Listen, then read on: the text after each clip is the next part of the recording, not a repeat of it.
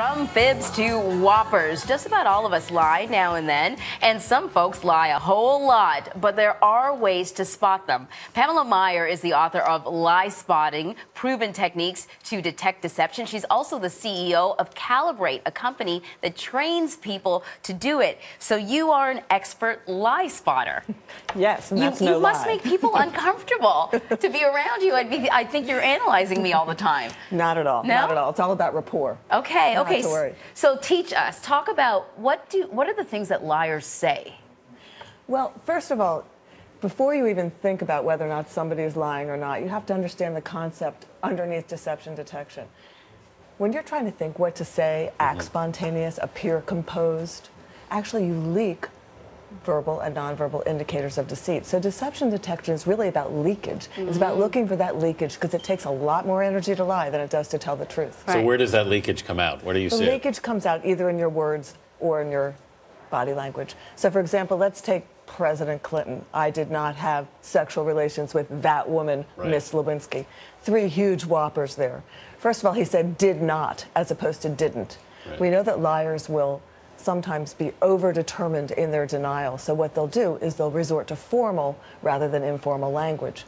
We also heard what we call distancing language, that woman. Liars often unconsciously distance themselves from their subject using language as their tool. And then finally, what did he say? He said, Miss Lewinsky, a very specific denial. Sometimes when somebody's lying, what they'll do is they'll narrow the field of their denial substantially. The truth teller is going to say, hey, I never had sex outside my marriage in my life. Liar's going to say, I didn't take 20 from that drawer. Truth teller's going to say, I never stole anything in my life.